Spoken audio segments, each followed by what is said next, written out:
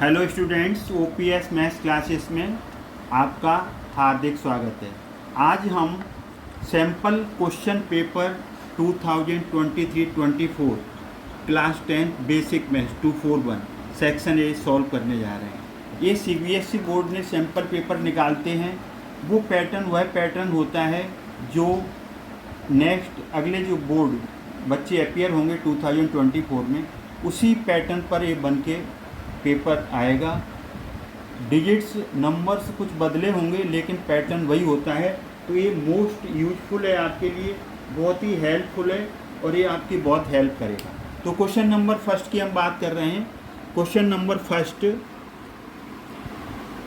If two positive integers a and b are written as a equal to x cube y square and b equal to x y cube where x y are prime numbers. Prime number हैं जो किसी से divide नहीं होते।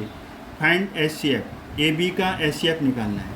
तो जब भी हम एचसीएफ की बात करते हैं तो हम एचसीएफ में हमेशा इसका सॉल्यूशन, आप एचसीएफ में हमेशा हम छोटी पावर कॉमन लेते हैं। तो इसमें जो छोटी पावर है, इन दोनों में जो छोटी पावर होगी उसको हम कॉमन लेंगे। इसमें जो आपका ये लिखा हुआ है x cube y square x y cube है, यहाँ पर एक्स वाई क्यूब है, एक्स वाई क्यूब। तो इसमें सबसे छोटी पावर एक्स क्यूब और एक्स में सबसे छोटी पावर एचसीएफ में सबसे छोटी पावर, तो सबसे छोटी पावर क्या है, एक्स है। तो यहाँ एक्स ले लेंगे, तो यहाँ ए एक्स आ गया।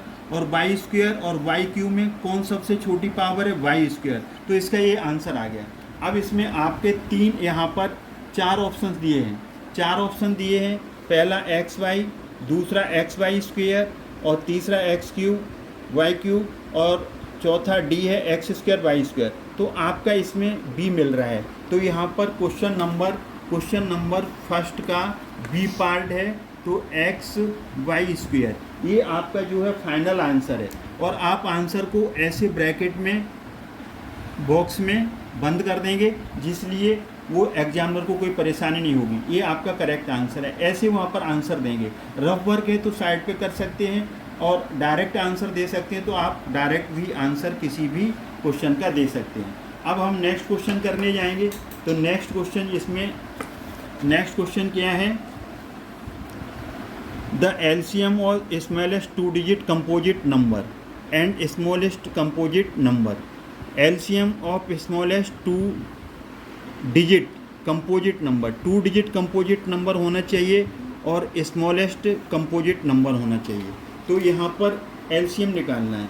तो यहाँ पर smallest two digit composite number पहले हमें देखना है। स्मॉलेस्ट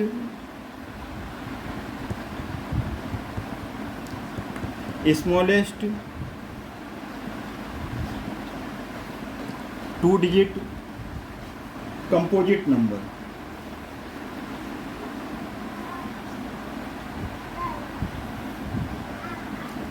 तो smallest two digit composite number वो नंबर होते हैं जिनके दो या दो से ज़्यादा फैक्टर्स होते हैं। तो टू डिजिट में होना चाहिए। तो टू डिजिट में composite number, smallest composite number two digit में आपका 10 आ गया टू डिजिट नंबर में। और and smallest composite number, smallest composite number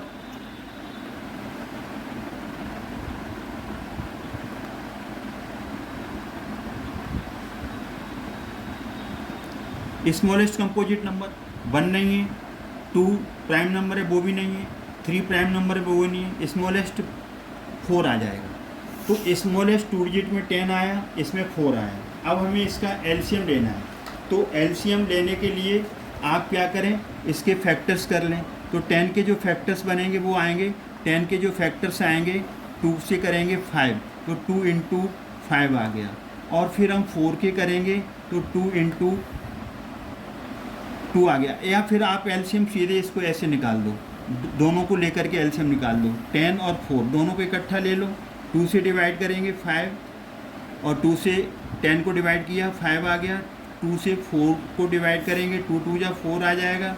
फिर 2 से डिवाइड कर दो, 5 डिवाइड नहीं होगा एज इट इज़, 2 1 जा 2 और फिर हम 5 से कर देंगे, 5 1 जा 5 1।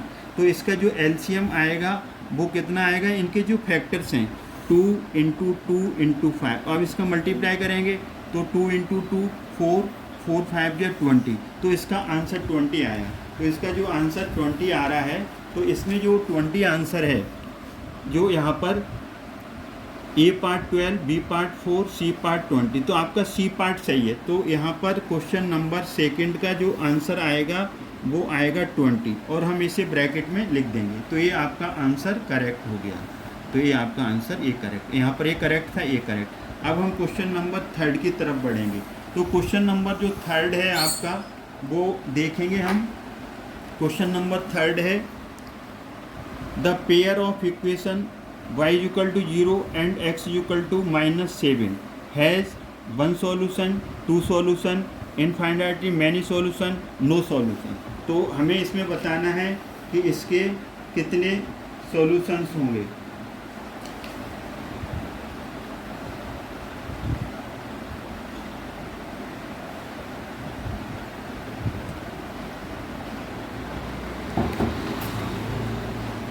इसमें क्वेश्चन नंबर हम थर्ड देखेंगे, थर्ड देखेंगे, हमने जो गलत पढ़ लिया। तो थर्ड क्या है, if x equal to 3 is one of the root of the quadratic equation x square minus 2x take x square minus 2kx minus 6 is equal to 0, then the value of k की value क्या होगी। x equal to 3 इसका root है, root का मतलब है 0। x equal to 3, x equal to 3 root है, root का मतलब 0। किसका 0 है, ये जो इक्वेशन दी हुई है, x square minus 2kx minus 6 is equal to 0। ये क्वाड्रेटिक इक्वेशन दी हुई है। इस क्वाड्रेटिक इक्वेशन का एक 0 आपको दिया है 3, तो यहाँ पर x इक्वल टू हम 3 पुट कर देंगे इसके अंदर। तो 3 का square minus 2k as it is, x कितना है 3 माइनस 6 इज इक्वल टू 0। 3 का स्क्वायर 3 इंटू 3 9, डिजिट का डिजिट से मल्टीप्लाई, नंबर का नंबर से, 3 2 या 6, के माइनस 6 इज इक्वल टू 0। 9 में से 6 जाएगा तो 3 minus 6k is equal to 0। ये 6 की अलग रहेगा, वेरिएबल टर्म है, एक कांस्टेंट टर्म है, इसके साथ ये मर्ज नहीं होगी, ना प्लस होगा ना माइनस होगा। तो आप क्या कर दो, 6k को इधर ले जाओ, तो ये पॉजिटिव हो गया। अब जो इसके साथ मल्टीप्लाई नंबर हो रहा है k के साथ, वो नीचे आकर के डिवाइड हो जाएगा, तो 6 हो गया, 3 1 जा 3, 3 2 जा 6, तो k की वैल्यू 1/2 आया, k की वैल्यू 1/2 आ गई। तो यहाँ पर आपका आंसर इसमें बी पार्ट होगा, ए पार्ट -1/2, बी 1/2, सी 3 और डी 4। तो इसमें से आपका जो इसका जो आंसर होगा क्वेश्चन नंबर थर्ड का बी पार्ट होगा, इसका आंसर 1/2 होगा। तो इस तरीके से हम इसे बॉक्स में बंद कर देंगे। तो ये आपका थर्ड एक मल्टीपल चॉइस क्वेश्चन है, MCQ क्वेश्चन है, तो इसमें से आंसर लिखना है और बॉक्स में बंद कर देना है। तो आपका ये थर्ड क्वेश्चन हो गया। Question number 4, the pair of equation, एक equation y equal to 0 and y equal to -7 has 1 solution, 2 solution, infinitely many solutions, no solution. इस option A B C D में से एक ऑप्शन सही होगा। इस क्वेश्चन को ज़रा समझना होगा, ये वहाँ पर फिगर बनाने की ज़रूरत नहीं है। y equal to 0, y equal to 0 को जो हम प्लॉट करेंगे तो y इक्वल टू 0 कहाँ पर आएगा, x एक्सिस पे आएगा। इस y इक्वल टू 0 को प्लॉट करोगे ग्राफ पे तो y इक्वल टू 0 कहाँ आएगा, x एक्सिस पे, क्योंकि x एक्सिस पे चलोगे तो y 0 होगा। तो ये आपका ये तो ग्राफ ए बन गया, y इक्वल टू 0 का ग्राफ ए बन गया, ये लाइन बन गई। y इक्वल टू -7, तो -7 है तो -1 -2 -3 -4 -5 -6 -7। ये जो x, ये यहाँ ओरिजिन होता है, x o x dash x axis बोला जाता है, ये x एक्सिस होगा, y o y डैश ये आपका y एक्सिस बोला जाएगा। अब यहाँ पर y -7, तो y -7 कहाँ आ जाएगा, 0 से चलो y -7। अब इस पे जो y -7 पे एक लाइन बनाओगे तो वो लाइन y इक्वल टू -7 की ऐसी बनेगी। ये दोनों लाइंस आपस में पैरेलल हैं तो बिल्कुल इंटरसेक्ट नहीं करेंगी। तो ये इसका जो आंसर आएगा वो आपका नो सॉल्यूशन आएगा। तो क्वेश्चन नंबर फोर्थ का जो आंसर होगा डी होगा, नो सॉल्यूशन। क्यों? इसमें आपने देखा यहाँ पर कि y इक्वल टू 0 क्या है, y इक्वल टू 0 क्या है, y इक्वल टू 0 क्या है, x एक्सिस। तो x एक्सिस की लाइन ये बन गई। y इक्वल टू -7 पे बनना है, वहाँ x 0 है, x 0 है, इसमें y इक्वल टू -7 में x 0 है, तो x 0 y -7 यहाँ इसकी लाइन बनेगी। ये दोनों पैरेलल लाइंस बन गई। ये कैसी लाइनें बन गई? पैरेलल लाइंस बन गई। और पैरेलल लाइंस आपस में कहीं इंटरसेक्ट नहीं करती हैं, तो ये नो सॉल्यूशन आएगा। अब आपका क्वेश्चन नंबर जो 5th है, 5th में values of k which of the quadratic equation has equal roots. ये क्वाड्रेटिक इक्वेशन दी है। क्वाड्रेटिक इक्वेशन आपकी जो दी हुई है वो है आपकी 2x² minus kx plus k equal to 0। ये जो क्वाड्रेटिक इक्वेशन दी है इसके इक्वल रूट्स हैं।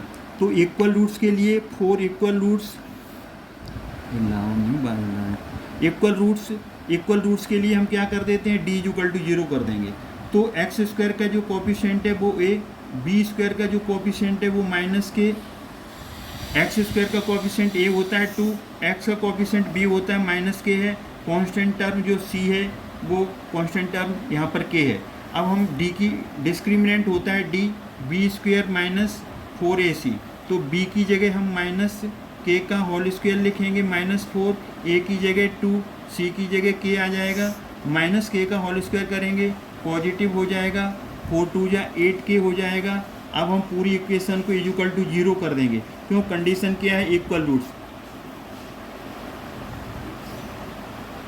तो अब k² minus 8k equal to 0 हो गया। k हमने कॉमन ले लिया, यहाँ से k माइनस 8 इक्वल टू 0, एक k इक्वल टू 0 आ जाएगा। और प्रोडक्ट ऑफ टू फैक्टर्स 0 है ना, तो पहला फैक्टर, पहला नंबर k इक्वल टू 0 हो सकता है, या फिर k minus 8 equal to a भी 0 हो सकता है। 8 को इधर ले गए तो ये आपका पॉजिटिव हो गया, तो यहाँ पर 0 8 2 आए। तो जब हम इस सॉल्यूशन को देखते हैं ना, तो इसमें आंसर दिया हुआ है 0 ओनली, b आंसर है 4 और c है 8 ओनली, d है 0 8। तो इसमें आपका क्वेश्चन नंबर 5th का d वाला पार्ट है ना, कौन सा, 0,8, ये आपका आंसर यहाँ पर सही आएगा। तो हमने फिर यहाँ पर आपका क्वेश्चन नंबर 5th का हमने 0,8 आंसर यहाँ पर लगा दिया। The distance of the point 3,5, ये आपका 3,5 है फ्रॉम x एक्सिस से डिस्टेंस है k units. Find the k equal, k किसकी इक्वल होगा, एक आंसर 3 है और दूसरा आंसर 4, तीसरा 5 और d 8 है। वैसे आप डायरेक्ट भी आंसर लिख सकते हैं कि इसका आंसर 5 आएगा, लेकिन हम आपको समझा रहे हैं। समझा कैसे रहे हैं कि आपका x o x' ये आपका x एक्सिस बोला जाता है, y o y' ये आपका y एक्सिस बोला जाता है।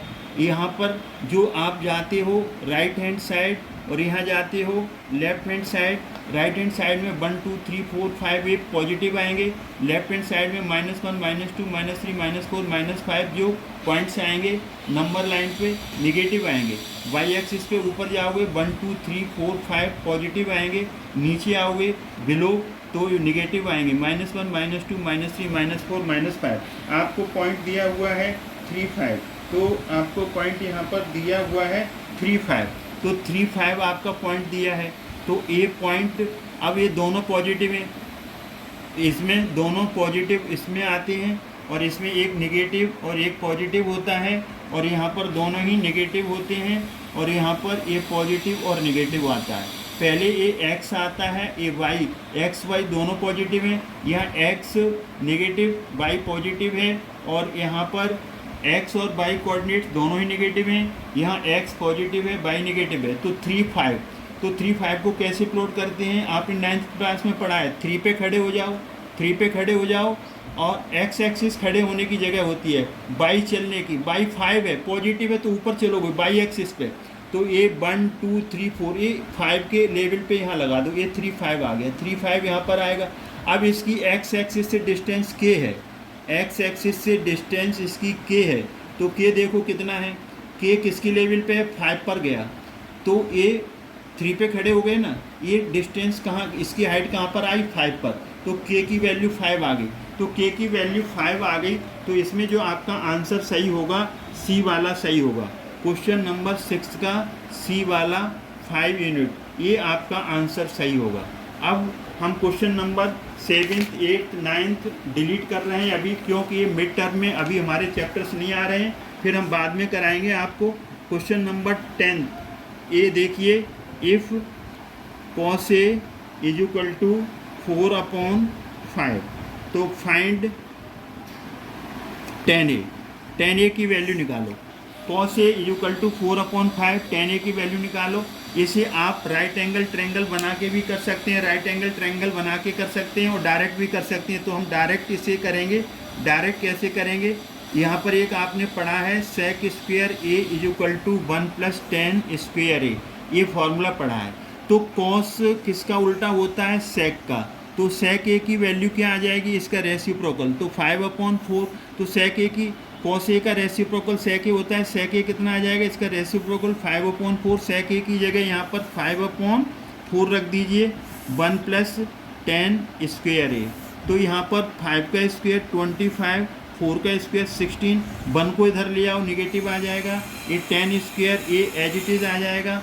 इसका एलसीएम लीजिए, इसके नीचे 1 ले लीजिए, 16 और 1 का एलसीएम 16, 16 को 16 से डिवाइड करेंगे 1 आएगा, 1 का न्यूमरेटर 25 से मल्टीप्लाई करो 25 रहेगा, और 16 को 1 से काटेंगे तो कटेगा नहीं, पूरा 16 रहेगा। 16 का न्यूमरेटर ऊपर मल्टीप्लाई कर दो, 16 बन जाए 16, ये tan square A as it is रहेगा। तो 25 में से 16 जाएगा तो 9 आएगा, यहाँ 16 आ गया tan स्क्वायर A।